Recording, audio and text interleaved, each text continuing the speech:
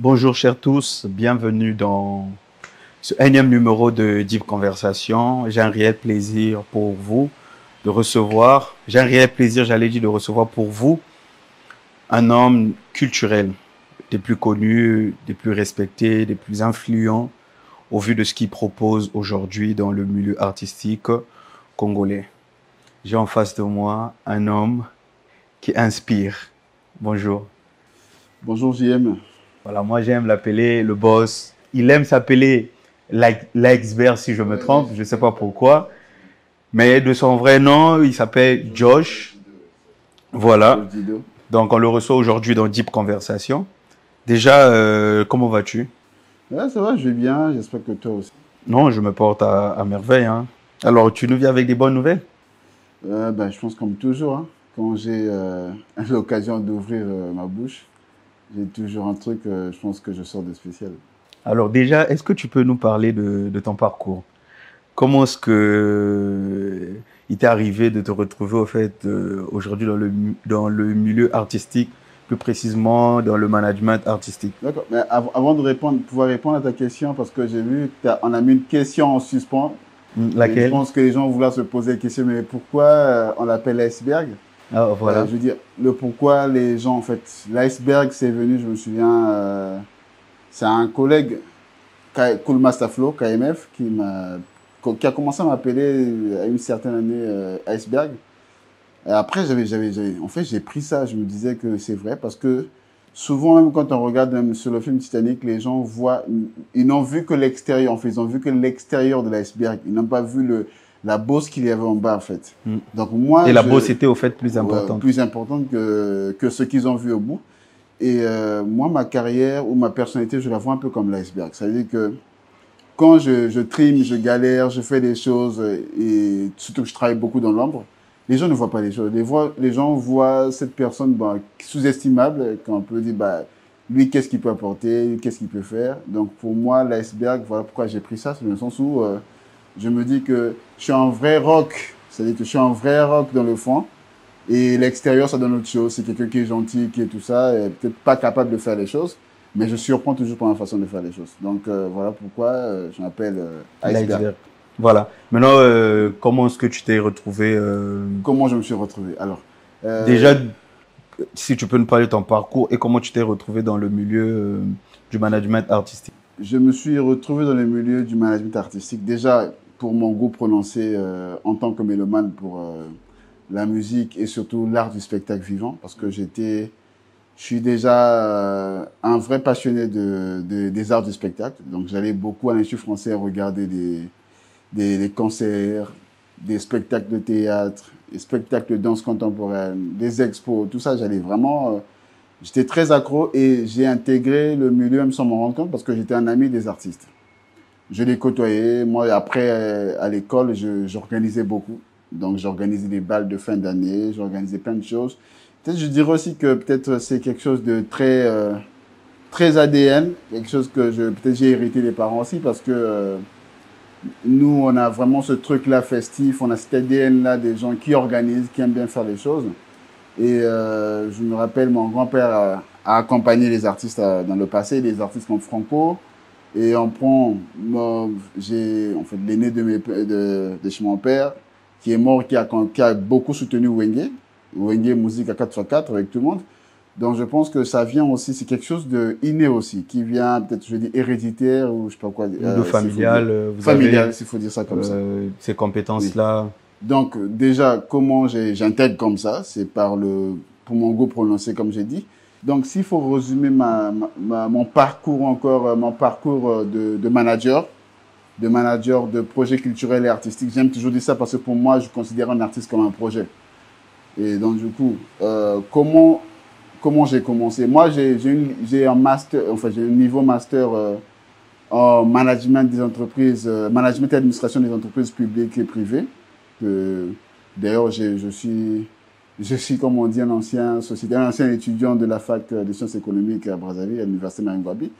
Et quand j'ai commencé à accompagner plein de groupes. Donc, j'ai accompagné des groupes de danse contemporaine, comme on dit, dans le jargon culturel, on dit compagnie, donc les compagnies de danse contemporaine, danse traditionnelle. J'ai accompagné les metteurs en scène, les comédiens, tout ça. J'ai accompagné plein de groupes. Et ensuite, j'ai travaillé pour des festivals, que ce soit au Congo comme à l'étranger. J'ai accompagné plein de festivals où j'ai été comité de sélection, dans le comité de sélection. J'ai travaillé aussi pour les festivals en tant qu'assistant de production. D'ailleurs, ce qui a fait que je rencontre plein d'artistes, en passant par les artistes comme Ray Lema, Lokwa Kanza, Manu Dibango, Freddy Massamba, VG Dream, tellement nombreux, Oumou Sangaré, Dadju. Donc, tous ces gens-là, j'ai rencontré ça. C'est par ce métier que j'ai pu rencontrer ces gens. Et j'ai fait de l'accueil, ça veut dire que j'ai accueilli des artistes pendant les festivals, j'ai fait des choses, j'ai travaillé dans la production, d'ailleurs, pour le festival Red One Festival à Kinshasa, pour le FESPAM aussi. J'ai travaillé pour le Jazz Kiff, toujours à Kinshasa. J'ai travaillé pour plein d'autres de festivals, que ce soit pour Tousseo, par exemple, qui est un festival de rire, pour les festivals de théâtre comme Manchina sur scène. J'ai travaillé pour Boya Kobina, qui est un festival de danse contemporaine dirigé par un grand chorégraphe avec qui j'ai beaucoup travaillé, qui s'appelle De la Vallée Bidjefono. J'ai travaillé avec, en management de carrière, j'ai travaillé avec Teko, qui fut finaliste du prix de RFI 2013. Et j'ai travaillé, aujourd'hui je travaille avec Fanny d'ailleurs, je travaille avec Fanny, donc j'ai travaillé avec plein de gens. Vous savez que ça va être lent. Et aujourd'hui, ce que je fais, je forme aussi en management de carrière, je forme en production de spectacles, je forme à la recherche de financement pour un projet culturel. Donc généralement, c'est beaucoup plus pour des projets de danse contemporaine et théâtre, parce que ce sont des projets très structurés, différents de... Ça, c'est un niveau que les musiciens n'ont pas encore acquis au Congo, parce que les musiciens, ils ont une façon de fonctionner, ils ont une façon de rechercher des sous. Alors qu'en danse contemporaine et au théâtre, c'est très différent. Ça te fait beaucoup d'expérience. Donc, en termes d'expérience, oui. Ça, en tout cas, voilà, mais aujourd'hui, quel est l'état actuel de la culture de chez nous? S'il est question de poser un diagnostic, quel est l'état actuel de la culture de chez nous? Est-ce que on est vraiment... on n'existe pas? Est-ce qu'il y a des choses qui sont en voie de développement? Est-ce que, au fait, il y a tellement de questions que moi je me pose, que beaucoup de gens aussi se posent, mais d'un point de vue de quelqu'un qui baigne dans ce milieu il y a des années après années, quel est aujourd'hui le constat ou l'état que tu peux faire de... Bon, je veux dire que l'État, pour moi, l'État est quand même piètre. Après, les gens vont dire non, il exagère, mais je pense que je dis ce que je pense, et je pense que l'État, c'est comme tu vas voir un docteur. Donc, le médecin te dit ce qu'il constate de ton corps en faisant le diagnostic de ce que tu souffres, de ce que tu as comme maladie, de ce dont tu souffres. Est-ce que tu peux t'appuyer déjà sur des exemples? Oui, mais déjà, pour moi, je trouve qu'on a un réel problème. C'est comme je disais la dernière fois, on n'a pas un réel écosystème. Okay. Et ça, c'est déjà c'est un truc qui bloque notre culture. C'est-à-dire que tu ne peux pas construire une maison si tu n'as pas de fondation. Si tu veux que la maison tienne, il faut vraiment qu'il y ait une vraie fondation. Et c'est ce qui manque un peu au Congo. C'est vrai qu'on est sur du développement. Ça, il faut reconnaître, on est sur du développement. Et le développement, ça prend beaucoup de temps. C'est-à-dire que il va falloir qu'il y ait beaucoup de sacrifices. Aujourd'hui, les gens, on parle beaucoup plus de la musique urbaine. C'est vrai, on est d'accord avec ça. Mais après, comment ça profite? Quelles sont les politiques qu'on a mis en place pour que cette économie, en fait, pour que l'économie de la culture se développe, pour tout ça? Mais déjà, ces politiques, quelles sont les personnes qui sont censées les mettre en place? Est-ce les artistes, les managers d'artistes, les pouvoirs publics? Non, mais il y a... Ou bien c'est toutes ces composantes-là? Toutes les composantes, parce que chacun, je veux dire, chaque acteur a sa part de responsabilité dans le développement de la culture d'un pays. Donc, si on regarde ailleurs, on va aller, par exemple, au Nigeria, les Fela Kuti ont fait plein de choses. Donc, ils ont été, comme on dit, des martyrs. C'est-à-dire qu'ils ont fait des choses. Mais après, aujourd'hui, quels sont ceux qui bénéficient? Ce sont des Wizkid, des Burna Boy et tout ça. Donc, moi, je pense qu'il va falloir vraiment qu'on crée des vrais fondements, des bases solides qui vont faire que, aujourd'hui, qu'on soit structuré, que l'on sache qui est vraiment producteur. Parce qu'aujourd'hui, tout le monde est producteur, tout le monde est manager, tout le monde, bon, moi, les artistes, on sait que il faut faire certaines choses pour devenir artiste et tout ça. Mais aujourd'hui, l'artiste, c'est d'abord le talent, quoi. C'est le noyau, enfin, c'est le noyau de l'écosystème. Parce que si nous faisons des choses, c'est pour les artistes. Sans eux, on ferait pas ce boulot. Donc, du coup, comme le noyau, c'est l'artiste, nous qui sommes autour, il faut qu'on arrive à structurer les choses pour que l'artiste comprenne comment fonctionne, comment il peut gagner ses revenus, comment lui, il est protégé, comment il peut évoluer dans son domaine. Est-ce qu'aujourd'hui, il y a des secteurs de la culture de chez nous qui méritent une attention particulière? Oui, bien sûr, il y a des secteurs. Aujourd'hui, par exemple, le théâtre, on est très développé dans le théâtre. Aujourd'hui, en France, s'il y a beaucoup de groupes qui tournent... C'est des Congolais? Ce sont des Congolais. Aujourd'hui, on a des noms, on a même des gens qui sont chevaliers. Qui ont été formés au Congo. Qui ont été formés au Congo, qui ont été formés au Cercle Sony Laboutancy, qui ont été formés. C'est vrai que l'appui venait des instituts français qui sont venus avec une dynamique, comme j'ai dit, qui sont venus avec une politique qui a permis qu'aujourd'hui, les jeunes qui apprenaient au Congo, les espaces Thieli, comme on dit, tout ça, les jeunes qui apprennent au Congo, se développent et tout ça. Aujourd'hui, on a plein de noms dans le théâtre qui sont des metteurs, des grands metteurs en scène. On a des chorégraphes aujourd'hui qui se retrouvent. Quand je dis chorégraphe, pas forcément de la danse hip-hop, mais je parle de la danse contemporaine aujourd'hui. Donc c'est la danse du jour, en fait, la danse aujourd'hui, la danse actuelle. Et tous ces gens-là, ils ont appris, c'est au Congo qu'ils ont appris. Et qu'est-ce qu'ils ont fait? Ils ont pris l'intelligence de chorégraphes qu'on avait, parce que la danse contemporaine ne vient pas du Congo. Donc ils ont pris l'intelligence des chorégraphes français qui étaient venus animer des formations au Congo. Ils ont appris aujourd'hui, eux, qu'est-ce qu'ils font? Ils continuent à tourner dans le monde. Et c'est ce qui manque maintenant, en fait, à notre musique. Qu'on fasse venir des experts, des gens qui vont faire que notre culture, notre musique se développe vraiment au mieux, quoi. C'est-à-dire que aujourd'hui, on va parler de la musique urbaine. C'est vrai qu'elle s'écoute, mais est-ce que nos artistes vraiment en bénéficient? Est-ce que ceux qui sont autour en bénéficient? Au début de l'émission, tu as dit qu'on souffre de beaucoup de problèmes et que notre culture est confrontée à beaucoup de défis. Déjà, est-ce que tu peux énumérer, nous faire part de quelques défis auxquels cette culture fait face? Est-ce que c'est le manque de formation, le manque d'accompagnement, en dehors bien sûr de l'écosystème? Bon, je pense aussi à la mise en place de l'écosystème, c'est toucher toutes ces questions-là. Quels sont les défis majeurs aujourd'hui auxquels notre culture est exposée? Parce que je pense que cette émission peut apporter, au travers de ton expérience, du parcours, je pense que tu peux apporter énormément de bonnes réponses à beaucoup de gens, à toutes ces personnes-là qui sont dans le milieu artistique. Quels sont aujourd'hui les défis, les grands défis? Déjà, les grands défis pour moi, c'est de créer une vraie chaîne comme on dit, une vraie chaîne de valeur. C'est une vraie chaîne de valeur qui part de l'artiste qui est le noyau, qui est le créateur de contenu, comme on dit, des œuvres. Donc, partir de la création des œuvres jusqu'à la consommation. Donc, pour moi, déjà éduquer le public. C'est vrai qu'aujourd'hui, on est content de voir le public qui vient suivre des concerts. Mais pour moi, ça suffit pas. Pourquoi je dis ça? Moi, je suis un peu rigoureux avec moi-même. Parce que je me dis, ça suffit pas. Pourquoi?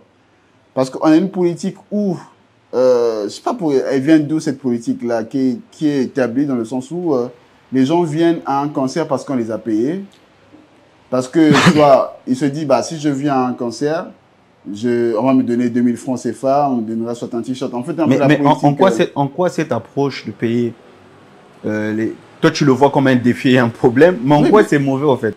C'est mauvais parce que la musique, elle coûte cher. Il faut éduquer le public. Le public doit comprendre que les artistes, quand ils créent, c'est pour qu'après, parce que le public, ce sont des consommateurs. Ils sont là pour consommer. Donc, c'est eux, ils vont pas consommer les choses gratuitement. Donc, voilà pourquoi aujourd'hui, si nous, on met des plateformes qui font les plateformes payantes au Congo, ça va être compliqué que ça décolle. Parce que la preuve, il y a 2-3 plateformes qui ont été créées au Congo où la musique est vendue. Mais les artistes ont du mal à vendre. Mais les artistes ont du mal à vendre. Pourquoi ils ont du mal à vendre? Parce que le public n'est pas éduqué. Il faut que le public soit éduqué à consommer la musique. Parce que la musique, la musique, elle coûte cher. Après, ça dépend. Là, on va partir sur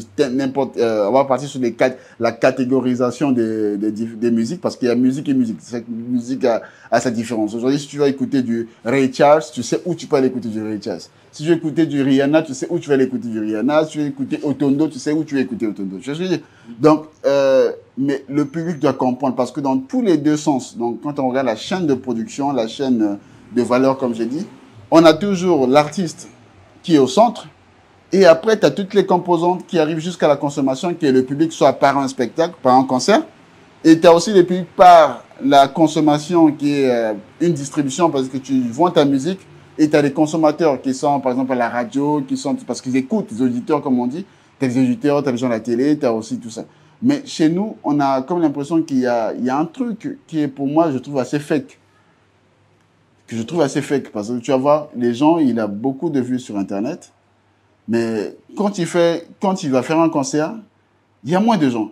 Donc, il n'y a aucun rapport avec le nombre de followers qu'il a, le nombre de vues qu'il a sur Internet. Donc, le rapport, il n'est pas déjà bon. Alors qu'ici, en France, on voit, c'est vrai qu'ici aussi, on achète. Les gens achètent aussi les vues. Les gens, ils font ça. Mais je préfère encore avoir quelqu'un qui a 1000 fans potentiels que quelqu'un qui a 10 000 fans, mais qui ne font rien pour sa carrière. Parce qu'aujourd'hui, les 1000 fans potentiels, on peut leur dire, bah, faites du crowdfunding, faites un financement participatif, par exemple, pour le projet de JM. Les gens, ils vont le faire parce qu'ils t'aiment. Ce sont tes fans potentiels. Donc, ça veut dire qu'ils peuvent mettre 200 francs et à la fin, tu auras quelque chose. Et tu peux en faire quelque chose en tant qu'artiste. Tu peux... Parce que la musique, quand je dis, elle coûte cher, parce que les gens vont au studio, ils payent les studios, ils payent l'ingénieur. Parfois, pour faire un clip, il doit bien s'habiller, il doit payer le réalisateur, il doit faire tout ça. Donc, du coup... Les metteurs en scène, les éclaireurs... Donc, c'est ça. Les directeurs artistiques, ça, tout ça, c'est de l'argent. Mais après, il faut pas qu'on brade ça, on brade ces compétences-là, on brade ce potentiel que les artistes ont. Pour quelqu'un qui ne vient déjà pour venir suivre, il faut qu'on lui paye. Donc, déjà, d'entrée, cette chaîne des valeurs... Ça, pour moi, cette politique, elle n'est pas bonne. Okay. Et la question aussi des droits qu'il faut revoir au Congo, parce qu'il y a beaucoup des artistes qui font du succès au Congo, mais quand tu regardes, ils capitalisent pas. Ils capitalisent pas parce que c'est des stratégies qui manquent, ou bien déjà parce qu'ils sont pas, ou bien ils sont pas formés dans la monétisation. Ils sont pas bien entourés parce que aujourd'hui, quand tu as du succès, déjà en termes de droits, tu dois gagner beaucoup d'argent parce que l'artiste qui est le plus diffusé, c'est l'artiste qui gagne le plus en termes de droits. Parce que toute fois que tu es diffusé, en termes de droits d'auteur, ça te génère de l'argent. Donc maintenant, pour savoir tout ça, il faut déjà aller protéger ton œuvre. Il faut que tu protèges ton œuvre. Tu vois, par exemple, aujourd'hui en France, on a la SACEM. Au Congo, on a le BCDA. Est-ce que le BCDA redistribue, bon, on ne va pas rentrer dans des questions politiques, mais est-ce que déjà, il faut un travail qualitatif? Parce que le dernier artiste qui a boudé au vu de tout ce qu'il fournit comme œuvre et autres, il s'est retrouvé avec 45 000 ou 49 000, si je me trompe, c'est Maralba Maléchek. Est-ce que tu penses qu'il y a une redistribution des droits d'auteur qui est transparent ou bien Non, c'est pas déjà transparent. Déjà, aujourd'hui, quand tu vas sur le site de la SACEM, tu verras comment tout est bien expliqué. Et même, c'est schématisé. Alors que si tu rencontres quelqu'un du BCDA, tu lui dis, mais comment vous faites pour la répartition?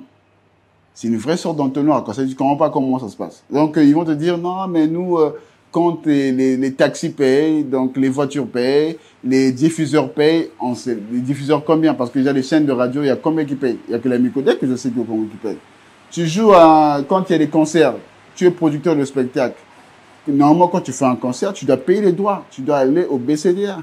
Tu es producteur de phonogramme, comme on dit, producteur de disques. Tu sors un album d'un artiste, tu vas payer, ce qu'on dit les stickers, tu vas les payer au BCDA. Ce qui va faire que c'est avec cet argent que les auteurs vivent et les créateurs, en fait, les compositeurs. Donc tout ça. Dans la conscience de cette chaîne de valeur, la BCDA mérite une réforme.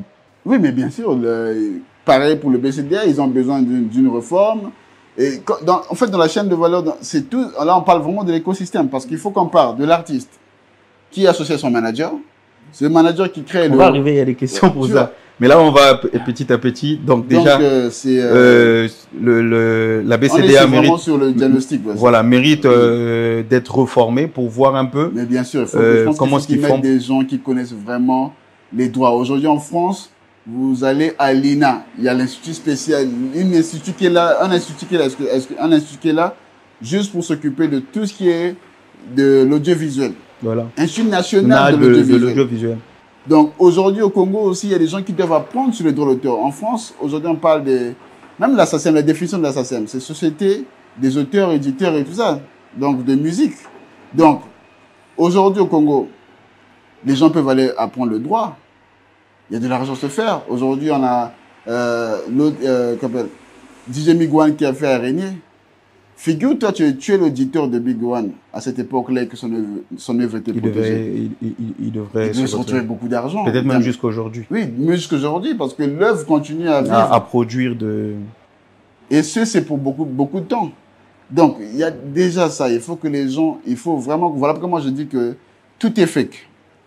Il faut vraiment qu'on parte sur des vraies bases, des vraies valeurs. C'est vrai qu'aujourd'hui, on va dire que notre musique, elle est écoutée. Aujourd'hui, on va à Kinshasa, les gens vont dire, ah, on connaît Diesel Goutti, on connaît Tidiane Mario, on connaît Pattern. Mais c'est pas, ça suffit pas. On doit pas se limiter à être écouté. Bah oui, mais on doit monétiser. Parce que je prends l'exemple, il y a des artistes qui sont très écoutés. Par exemple, je vais prendre un exemple tout bête. Tidiane Mario et Diesel Goutti, au Congo, ils ont plus, ils sont plus connus que Freddy Massamba. Mais Freddy Massamba gagne mieux sa vie artistiquement que tous ces deux jeunes que j'ai cités. Tu le penses? Oui. Pourquoi? Parce qu'il est très organisé dans... Il est structuré, il gagne mieux sa vie. Parce qu'il vit de sa musique. Il vit de ses droits d'auteur, il vit de ses droits voisins, il vit des spectacles qu'il fait. Donc il a un barème, il sait qu'il va jouer, il tourne chaque année. Donc chaque année, il a au moins 20 à 30 concerts, ou 15, je sais pas combien, ou bien 40 concerts. Donc il tourne. Vraiment, vous sentez que l'échange, moi-même j'aime ce qu'il dit, hein, et j'espère que tous ceux qui suivent l'émission pourront prendre le temps au fait de noter les remarques que Josh arrive à déposer sur la table de Deep Conversation. Deep Conversation, c'est une discussion sérieuse, profonde, avec les hommes de tous horizons, et aujourd'hui nous recevons un manager d'artistes, un formateur dans ce secteur-là. Donc, n'hésitez surtout pas à prendre contact avec lui. Il va mettre à votre disposition toutes les bonnes informations qu'il faut pour pouvoir vous aider à développer votre carrière artistique. Parlons de stratégie et de management. Quelle est aujourd'hui la différence? On pourra faire peut-être une deuxième émission pour creuser sur la question du diagnostic et identifier un peu toutes les personnalités liées à la chaîne de valeur en ce qui concerne la culture de chez nous, parce que la culture, elle est vaste. Là encore, on est dans le domaine de la musique, alors qu'on peut aller dans la peinture, dans l'art, dans beaucoup d'autres choses qui touchent au milieu artistique et culturel. Revenons un peu au niveau du management d'artistes, parce que les artistes de chez nous souffrent sur cette question-là. Il y a comme une guerre entre les managers et les artistes. Déjà, quelle est la différence entre un manager et un artiste? C'est-à-dire, l'artiste, on sait que c'est celui qui a le talent, mais parce qu'aujourd'hui, il y a des managers qui veulent être des artistes. Il y a des artistes, limite, qui font tout, qui font limite même le travail du manager. Y a-t-il une différence? Ou bien, un manager peut aussi se retrouver à être artiste. Un artiste, en absence d'un manager, est-il important d'avoir un manager, peut basculer de l'autre côté et faire tout lui-même? Bah déjà là, il y a un conflit, pour moi, il y a un conflit d'intérêts qui n'a aucun sens. Okay. Parce que déjà, l'artiste, c'est ce créateur d'œuvres d'esprit comme on dit. Donc, c'est le noyau, comme je disais, le noyau même de la chaîne de valeur de l'écosystème. Parce que si l'écosystème est créé, c'est par rapport à l'artiste. Donc moi, voilà pourquoi quand je parle des artistes, je les considère comme des projets culturels. Voilà pourquoi je dis je suis manager de projets culturels et artistiques. Pour moi, ce sont des projets. Donc pourquoi je dis projet? Parce que aujourd'hui, par exemple, tu veux créer une entreprise, tu regardes l'emplacement de ton entreprise, tu regardes l'environnement comme on dit, et tu regardes ta cible. Quels sont les gens que tu cibles? Et pour revenir sur le manager, dans le management, c'est un simple métier de gestion. C'est de la gestion. Donc là, maintenant, à ce moment-là, on gère la gestion de carrière de ce produit qu'on a qui est l'artiste, de ce projet qu'on a qui est l'artiste. Donc, un manager... Tout le monde peut, pour ne pas te couper, est-ce que tout le monde peut être manager? D'entrée, est-ce que tout le monde peut être manager? Bah, pas tout le monde ne peut pas être manager, parce que la preuve, on a vu aujourd'hui... Eker est revenu, mais on a vu comment ça a été. Mais Ethiopian, je ne fais pas la publicité, mais Ethiopian aujourd'hui, ça veut dire qu'ils ont des bons managers, parce que jusqu'à aujourd'hui, Ethiopian, c'est la référence de l'aviation en Afrique. Parce qu'il y a un bon management. Donc le management, c'est tout un travail de gestion, mais qui demande beaucoup de rigueur. qui demande beaucoup de rigueur. Parce que le manager, c'est quelqu'un qui contrôle, dirige, il planifie et il défend les intérêts de l'artiste. Voilà pourquoi on dit le manager doit avoir une compétence juridique. Parce que tu signes des contrats. Avant d'aller même voir un juriste, toi-même d'abord, il faut que tu saches que tu dois savoir quelles sont les clauses essentielles d'un contrat de management. Donc, c'est pas un travail que tu viens faire parce que tu as envie de faire ça. C'est vrai que nombreux ont commencé par le goût du hasard, comme on dit. Nombreux ont commencé parce qu'ils étaient proches d'un ami qui est artiste. Et ils se sont dit, bon, l'ami souffre et que moi, je peux parler un peu français, je peux faire ceci, je peux lire. Parce que moi, je me lance dans le management. Oui, les gens font les choses sur le tas ou sur le tard. Mais après, il faut que tu te formes. Donc, je ne vois pas pourquoi il y aura un conflit parce que c'est une sorte de collaboration. C'est que l'artiste doivent travailler en complémentarité. On travaille ensemble. C'est comme je disais dernièrement dans la vidéo avec Van. L'artiste vient avec c'est lui qui est le projet, donc il vient, il est talentueux. Et nous, on a besoin de quelqu'un derrière qui va assurer. Et c'est ce manager qui va assurer. Voilà pourquoi on dit management de carrière, parce que tu gères une carrière. Aujourd'hui, après, c'est vrai que les gens vont dire, les managers sont considérés comme les souffles-douleurs des artistes, parce que quand ça marche pas, on dit que c'est le manager qui est mauvais, mais quand ça marche, on dit, ah, mais c'est mon artiste qui est talentueux.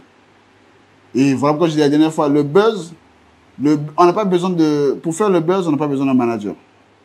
Mais pour gérer sa carrière, on a besoin d'un manager. Parce qu'aujourd'hui, on a vu ça avec MC Baba. Est-ce qu'il avait un management? Il n'avait pas un management. Parlons de MC Baba pour faire une petite parenthèse. Lors d'un dernier live, toujours avec Van Lombongi, Van disait et estime que le retour de MC Baba à la Bazeran est une forme de mort prématurée de sa carrière.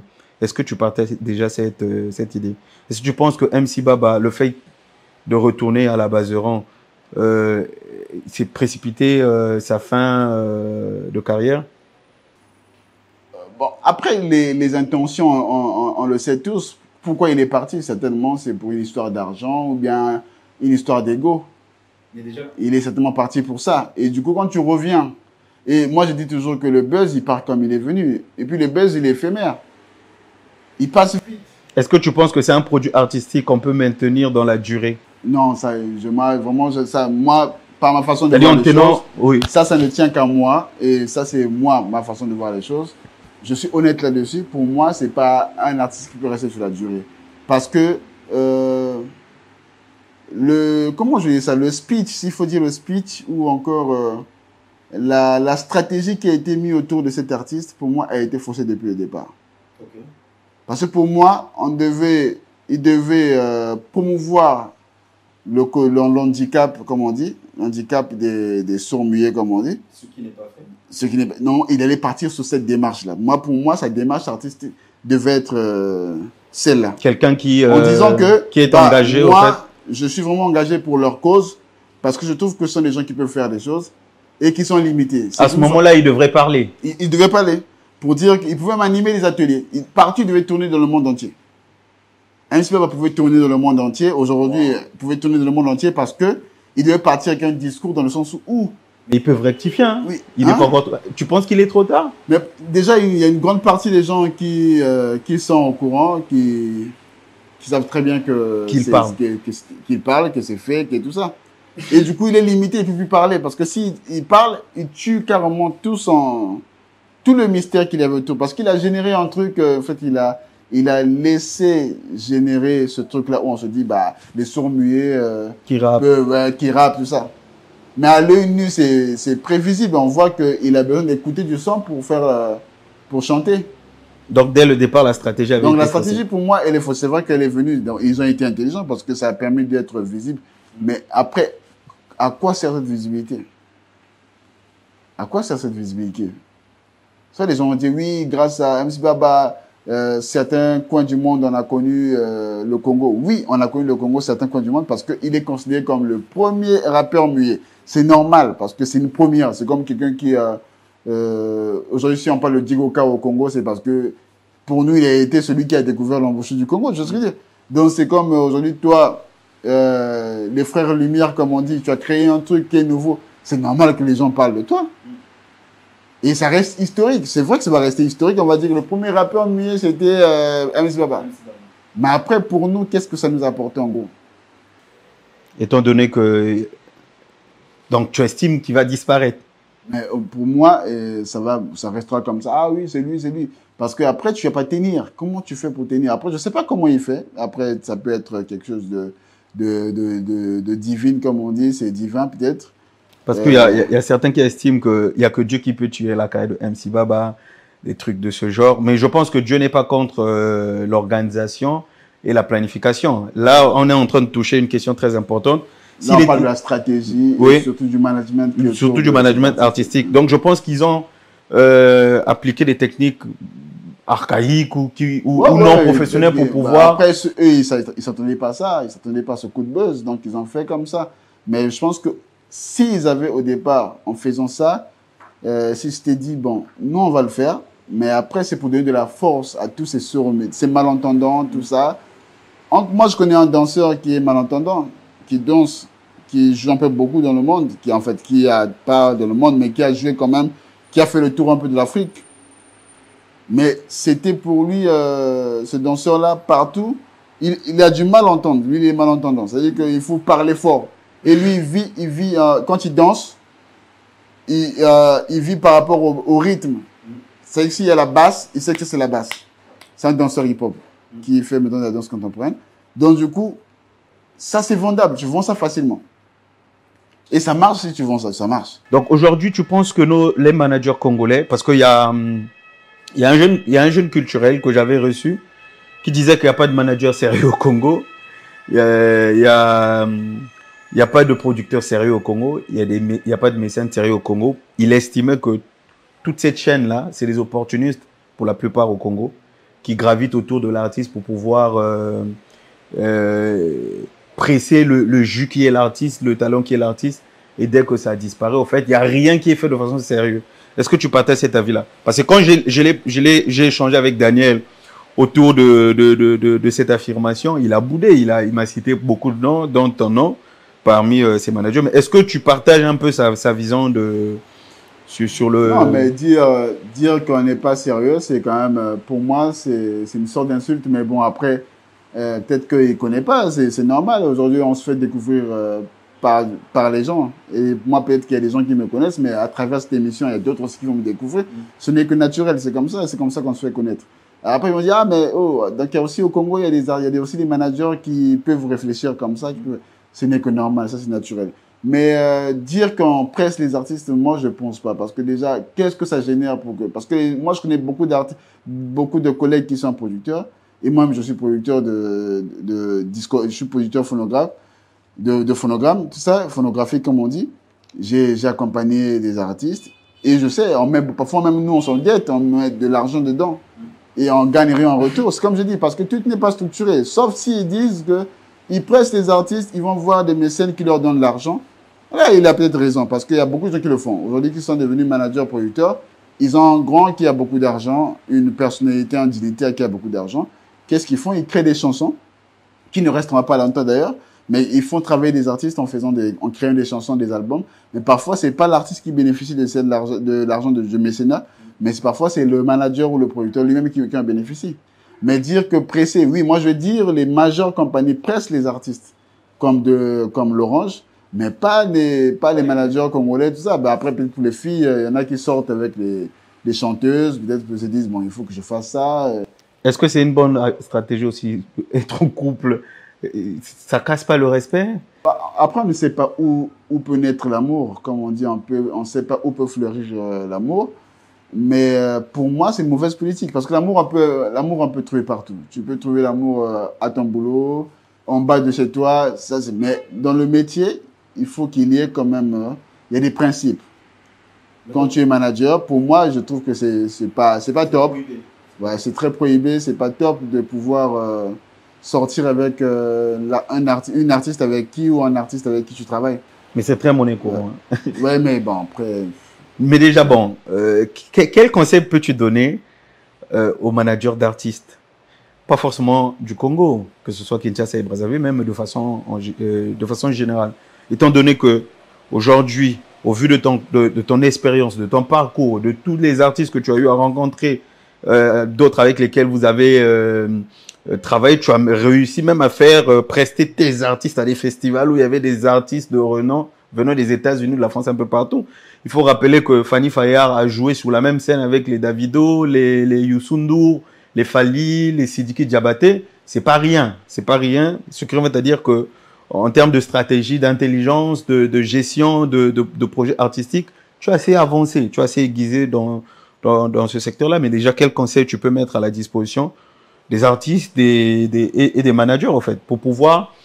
Là, on est toujours dans la chaîne de valeur. On apporte vraiment... On essaye d'apporter quelques solutions pour donner à toutes ces personnes-là d'apprendre et de pouvoir se restructurer pour faire avancer la culture, parce que le succès peut venir grâce à un buzz, mais maintenir le succès demande beaucoup plus d'intelligence. Donc, qu'est-ce que déjà tu peux mettre à disposition en termes de conseils, d'approche, que ce soit au niveau des artistes, que ce soit au niveau des managers? Bah, au niveau de, je vais commencer par les managers parce que moi je suis manager. Au niveau des managers, c'est déjà se former. C'est très important. Et noter les références. Parce que c'est bien d'avoir des références. Prendre certains cas pratiques. Comme on dit, la pratique rend meilleure. Donc, du coup, essayer de, s'il faut dire ça, de schématiser les choses. Regarder l'environnement dans lequel nous sommes déjà. Parce que je prends un exemple. Aujourd'hui, je vais pas emmener Tidjane Mario ou Diesel Goutti à un festival où on écoute par exemple Vianney, le français, où on va écouter par exemple Iseult, tu vois. C'est comme si moi je suis conscient que je peux emmener mon artiste là-bas. Par exemple, aujourd'hui, les concerts de grande foule, je sais qu'au Congo, Tidjane, ça va assurer, Diesel, ça va assurer. Mais il y a d'autres artistes, je ne peux pas emmener là-bas. C'est comme si je les noyais. Donc, tout part de la stratégie. La stratégie, c'est quoi l'objectif? Faire un plan de développement de carrière qui permet, on sait qu'à moyen terme, à court terme, ce qu'on vise, à moyen terme, ce qu'on viserait, et à long terme, ce qu'on pourrait viser. Où est-ce qu'on veut aller? Comme dit la vision de Falidi, la vision d'Aigle. Pour moi, c'est peut-être un exemple, l'un des meilleurs exemples aussi de la musique, parce qu'il a compris, avec son manager, Madina, que je salue, il a compris que c'est comme ça qu'il faut fonctionner. Aujourd'hui, Fally a appris des Dadju, alors que c'était pas son univers. Il est venu, il s'est adapté, il a appris les Dadju de tous ces jeunes, de Aya Nakamura, tout ça. Et aujourd'hui, on a comme l'impression qu'il est toujours là, il est resté constant, parce que quoi? C'est une stratégie, c'est artistiquement et même dans le management. Il a compris, moi, pour me maintenir, il faut que j'aille comme ça et comme ça. Il a respecté ça. Il s'est fait, comme on dit, il s'est fait enfant. Parce que seuls les enfants aiment apprendre. Tu vois. Donc, il s'est fait comme un enfant. Il s'est dit, bah, moi. Les managers doivent se faire enfant. Bah oui, ils doivent apprendre. Voilà. Ils doivent apprendre. Il y a des formations là partout. Même, t'as pas besoin même de faire une formation, de payer quelqu'un, mais tu vas sur Internet, tu lis même. Tu lis. Parce que tous, parfois, on a commencé sur le thème, mais après, on a fait des formations. C'est vrai, bon, parfois des formations payantes, parfois lors des événements, lors des échanges culturels avec d'autres professionnels. Par exemple, moi, j'ai été formé par José Da Silva, qui est manager de César Evora, par Luc Maïtoku, qui est manager de Saint-Tric, qui fait sur plein d'événements, tu pourras les regarder sur Internet, par François Bloch, par Tony Méfait, par Pierre Claver Mabiala, qui est à Pointe-Noire, qui fait le Samon Djeji. J'ai été formé par beaucoup de gens, par Antoine Blessant, par tellement de gens. Les Michel Deboc qui faisaient tourner de Beniaoré. Donc, j'ai été formé parce que je voulais. Je suis passionné par ce métier. Et du coup, je me dis, si je veux atteindre un certain objectif, si je veux faire des choses, il faut que j'apprenne. Et c'est ce que j'ai fait. Je pense que les gars, ils doivent se structurer. Même si ce soit les artistes. Aujourd'hui, les artistes doivent savoir que je suis artiste. Mon travail n'est pas seulement que chanter aussi.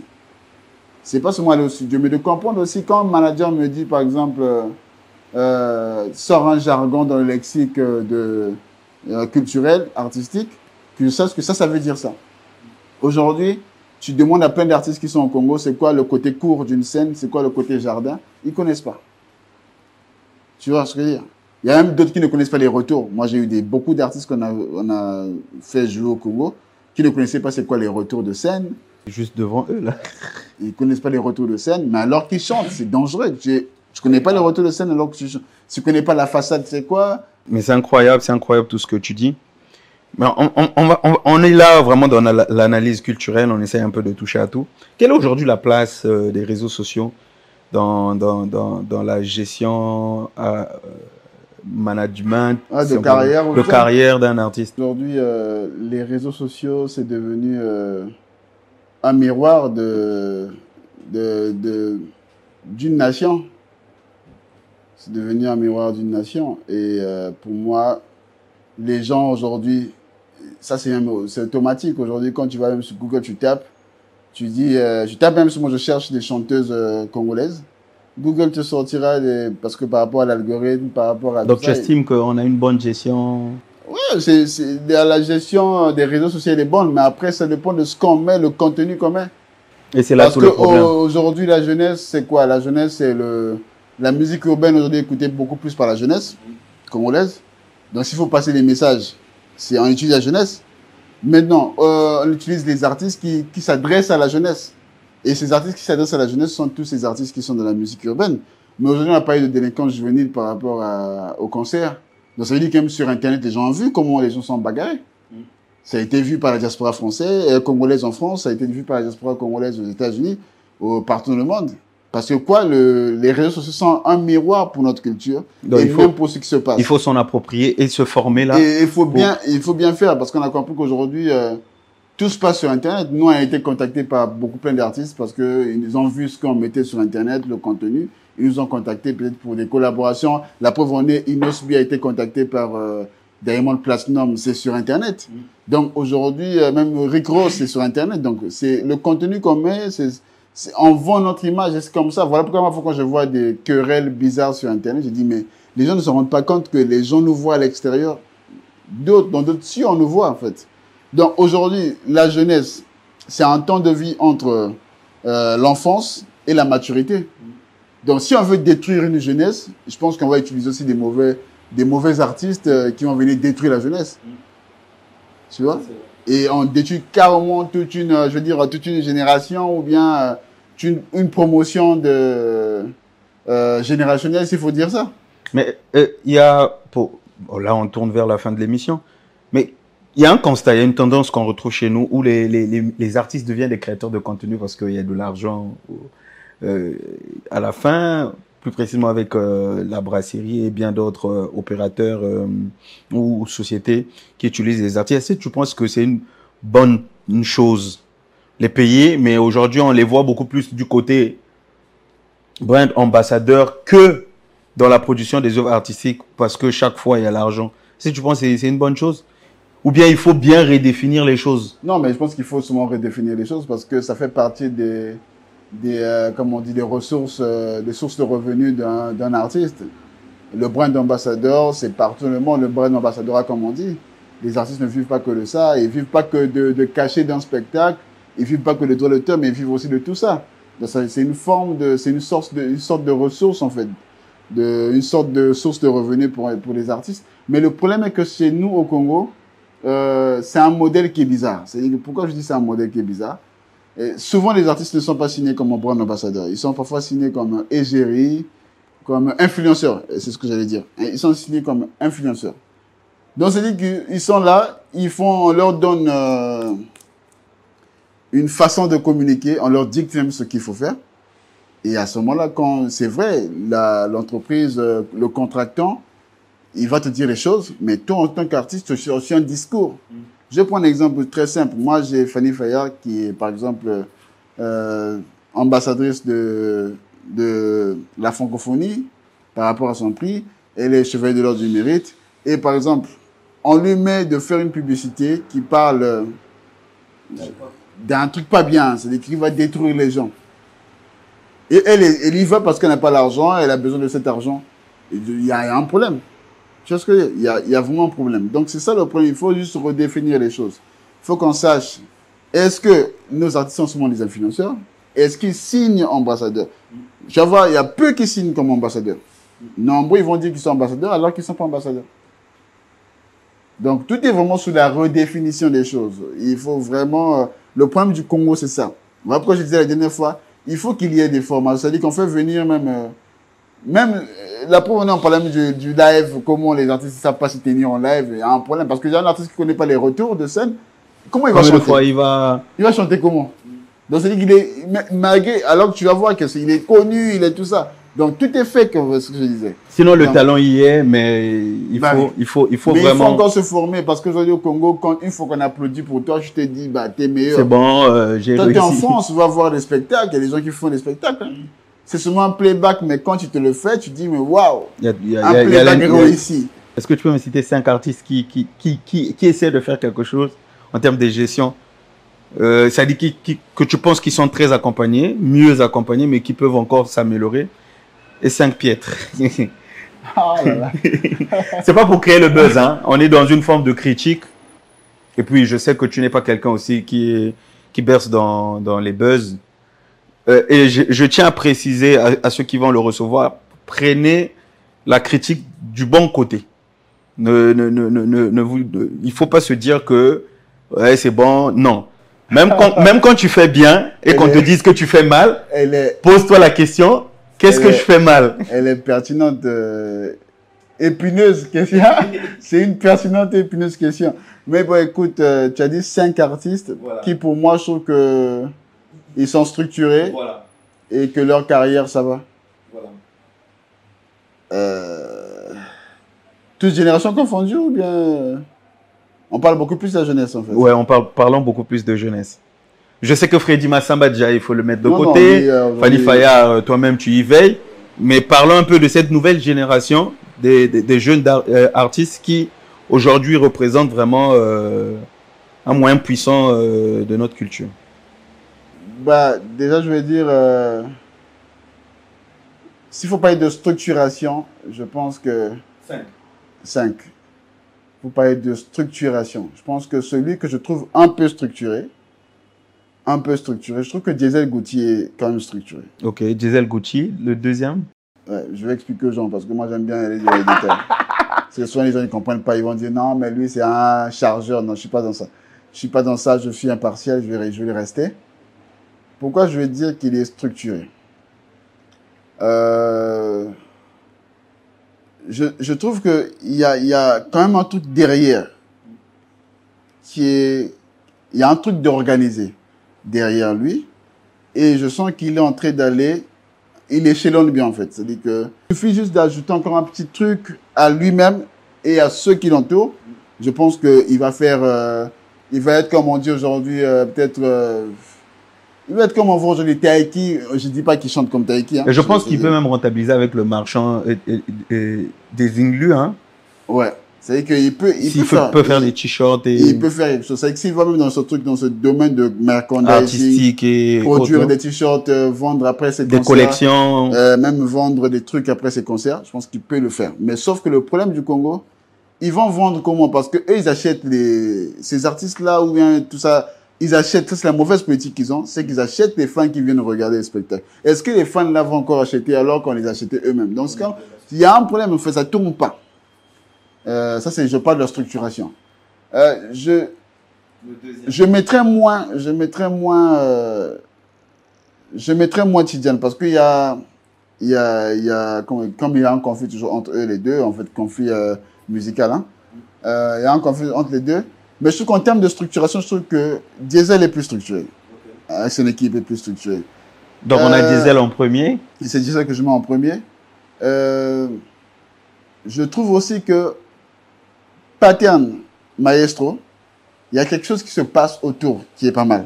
Mais qui risque de les dépasser. Oui, il y a une sorte de structuration qui est pas mal. C'est-à-dire que je sens qu'il y a quand même un truc qui est réfléchi derrière. Il y a un certain type de management qui est réfléchi derrière. Et ce qui fait qu'aujourd'hui, Bazeron, Corporate, comme j'ai vu, il y a déjà un fond qui est bien, qui est important. Mais après, sur le contenu, moi, je suis pas trop fan de ce pattern que j'ai. On connaît pas trop le projet, les Pangala. Ouais, en fait, je sais pas. Les agents. Pour moi, c'est les créateurs de contenu qui met autour de lui pour pouvoir. C'est une forme, pour ne pas disparaître, pour continuer à être là. Peut-être c'est une forme de distraction pour moi. Mais je trouve qu'il y a vraiment ce truc-là. Et puis, les structurés, on parlait de les structurés, dont j'ai parlé de pattern. Par rapport aujourd'hui à ce qu'on voit, on trouve qu'il y a quand même une certaine structuration derrière. C'est-à-dire qu'il y a des gens qui réfléchissent, qui font les choses. Et les artistes de Congo Culture. Je les mets en un. tout ça, je les mets en un. C'est que je trouve que les Lacan Culture nous a pris avec tous ces poulains. Quand on prend Lema, tout ça, je pense que ils ont quelque chose qui suit. Lema. Ouais, ça suit bien, quoi. Et y a qui? Il y a Bioman, c'est avec eux, non, je pense. Ok. Hein. Lema, Bioman et ce qui a fait Nibeto, comment on appelle, Izuko. Okay. Je pense qu'il y a un truc, mais je les mets ensemble, donc ça pour faire troisième. Okay. Skip Narco, je sais pas. Nestelia. Skip Narco, c'est bien. Je sais pas, je te propose des noms comme ça, Nestelia. Quand on va du côté de Pointe-Noire, Trésor. J'ai oublié. Vous allez parler aussi de Young S. Young S et JCB, je les mets ensemble. Ok. Je les mets ensemble parce que je trouve qu'il y a... Ils ont des projets. Il y a une structuration. Et ils savent à qui ils vendent leur musique. Et ils savent à qui s'adresser. Ça, c'est déjà bien parce qu'il y a une certaine vision. Là, on parle de la jeunesse. Ils savent à qui on adresse notre musique, à qui on va. Donc, il reste qu'une seule personne. Maintenant, je vais te dire pourquoi. C'est-à-dire que les gens disent, mais pourquoi il n'a pas cité Tidiane? Tidiane, je ne l'ai pas cité parce que je trouve que Tidiane, il y a vraiment pas une structuration. En fait, Tidiane, c'est... Après, s'il a été au concert de Fally, tout ça, je pense qu'il y a aussi peut-être son réseautage à lui-même. Certainement que Fally l'apprécie beaucoup. C'est ce que moi, je me dis. Mais c'est pas un placement, c'est pas un truc réfléchi par le management en disant que bah non, on va te faire ce placement, là, on va faire ceci, on va faire ça, pour que tu deviennes là. Pour que tu fasses ces concerts avec Fally, pour que tu fasses ceci. Et donc, à l'équipe de Tidiane, quand vous allez écouter, ne prenez pas ça au premier degré.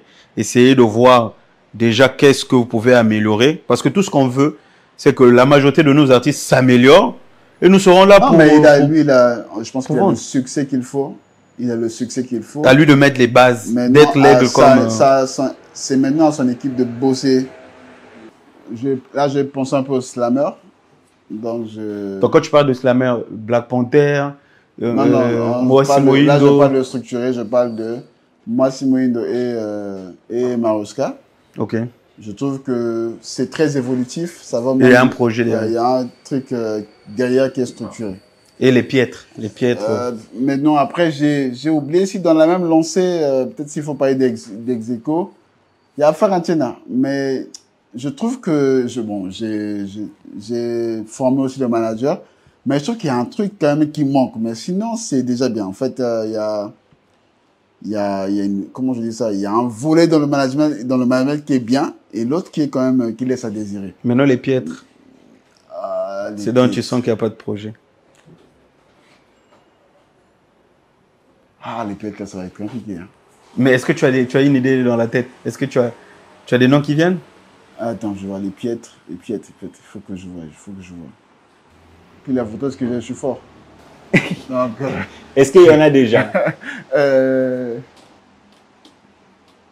Parce que là, on parle, parce que les gens, il faut pas qu'ils sortent ça du contexte. Là, on parle vraiment des gens qui vont de façon, qui évoluent.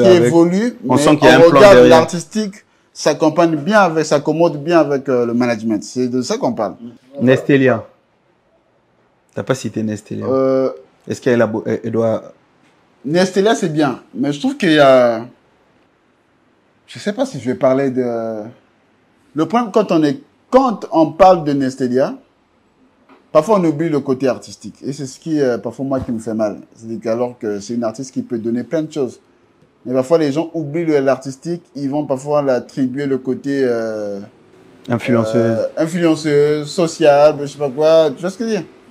Et ça, c'est un truc qu'ils vont revoir avec son manager.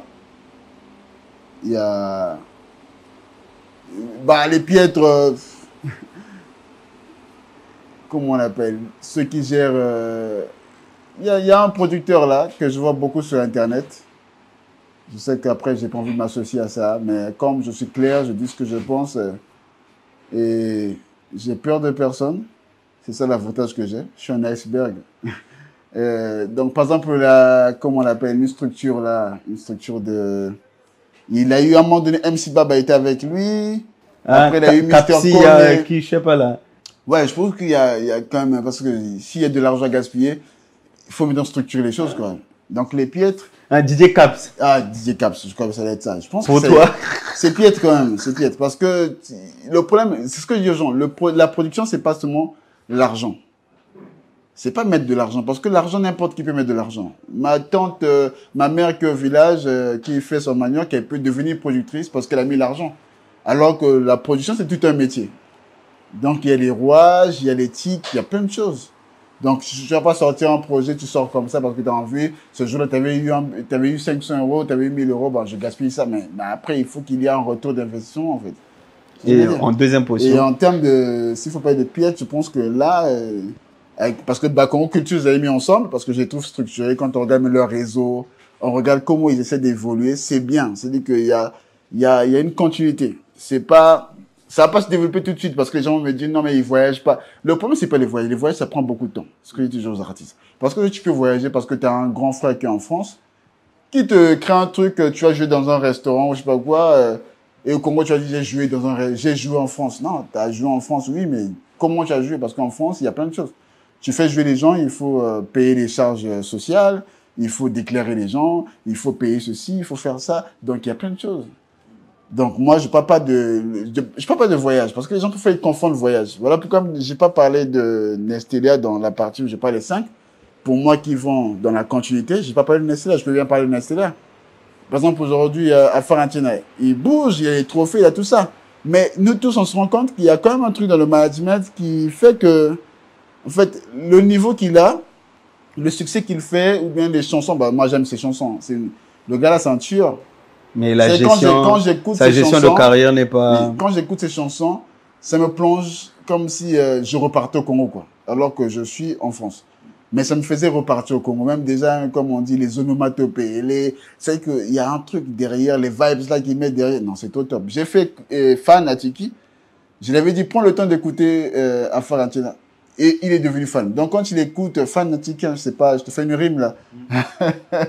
Fan à Tiki, il est devenu fan. J'ai dit, écoute beaucoup à Farantina. Et j'ai une chanson que j'aime beaucoup, Ngassa Ngassa. Il faut qu'il fasse le clip. Voilà, Ngassa Ngassa. Quand je suis à un événement, chez une fête, je dois toujours danser ça. Même si je suis en costume, il faut que je danse ça. Donc ça, c'est un clin d'œil que je fais. Je n'ai pas un côté piètre, mais je trouve qu'il faut que le management, il faut que ça doit être revu quand même. Malheureusement, on va pas citer les 5. Non, on va citer les 5 parce que les piètres... Pour le moment, je t'ai parlé des gens qui sont gérés par DJ Caps. Je trouve qu'ils confondent des choses. Donc, peut-être Mister connaissait dedans. Alors que l'album, c'est un très bel album, mais je pense qu'il y a plein de choses quand même à revoir. Et même lui-même dans la production aussi, il doit revoir plein de choses. Après, d'autres, peut-être que je connais pas, mais je pense que les piètres aussi, il y en a quand même. Il y en a qui font des choses, mais c'est-à-dire qu'à un moment donné, il faut que les gens fassent des bilans. Des bilans. Tous, on fait pas la musique populaire. C'est vrai qu'ils vont me dire, ah, mais lui aime son artiste. Moi, mon artiste, on n'a pas envie de faire les choses comme eux ils font. On dit délinquants juvéniles et on arrive, les gens se battent. Non, c'est pas ça. Nous, on a notre façon de voir les choses et par rapport à ce qu'on fait, on trouve qu'on évolue bien. Après, les gens aussi peuvent venir avec leur regard. En fait. Les gens peuvent venir aussi avec leur regard extérieur en disant, Josh, oui, là, tu racontes de la merde, mais regardez, vous aussi, là, c'est pas bon pour vous. Je vais les comprendre parce que c'est leur avis. Mais moi, je donne de l'avis. Par rapport, nous, à notre plan de développement de carrière qu'on a, dans le cours, on a fait plein de choses. Dans le cours, médaille d'or, tout ça, on joue. Avec un seul album, on continue à tourner. Alors qu'on connaît les gens, tu peux sortir des albums. Normalement, quand tu sors un projet, c'est ce qui te permet de tourner parce que tu es en train de promouvoir cet album, cette œuvre-là que tu as sorti. Tu vois ce que je dis? Mais nous, l'album était sorti depuis 2018. Mais aujourd'hui, chaque année, on a toujours 5, minimum 10 dates toujours où on joue, on sait qu'on va jouer. Et puis, quand on joue au Congo-Brazzaville, je t'épargne du cachet. C'est toujours quand tu vois, tu dis, OK, ça pour nous, ça passe. Voilà. Parfois, les gens me disent, mais ils demandent cher comme ça, alors que quand on met Tidiane et Diesel Gouti, et on la met là, les gens connaissent plus Diesel Gouti et Tidiane. Mais pourquoi elle demande cher comme ça? Elle demande cher parce qu'on sait ce que l'on veut. C'est dans notre plan, on s'est dit qu'on doit aller comme ça, on doit avancer comme ça. Donc, c'est ça. Pour les piètres, je m'arrête là. Prochainement, si j'en trouve, c'est bon, je dirai. Ça a été vraiment un réel plaisir pour moi de te recevoir. Si vous estimez que Monsieur Josh Dido, alias Lexberg, peut revenir parce que les choses n'ont pas été claires sur certains points, vous pouvez nous le dire en commentaire. Mais quant à nous, on vous dit vraiment, on a apprécié ce moment et on sait que beaucoup ont suivi l'émission avec des blocs-notes parce qu'il faut noter. Et je pense qu'on fera d'autres émissions parce que on est vraiment dans cette réflexion de pouvoir proposer quelque chose pour permettre à la culture congolaise d'évoluer, d'être consommée à l'international. Vraiment, ça a été un réel plaisir pour moi de te recevoir dans Deep Conversation. Le plaisir est partagé. Et estimant que prochainement, on t'aura encore dans notre émission. Tant que je suis vivant, tant que j'ai le temps, c'est bon, il n'y a pas de problème. Voilà. On va essayer d'être là. Allez, comme on a l'habitude de le dire, Yebelardo, Yebelardo, Yebelardo, toujours dans le cadre à Yebelardo.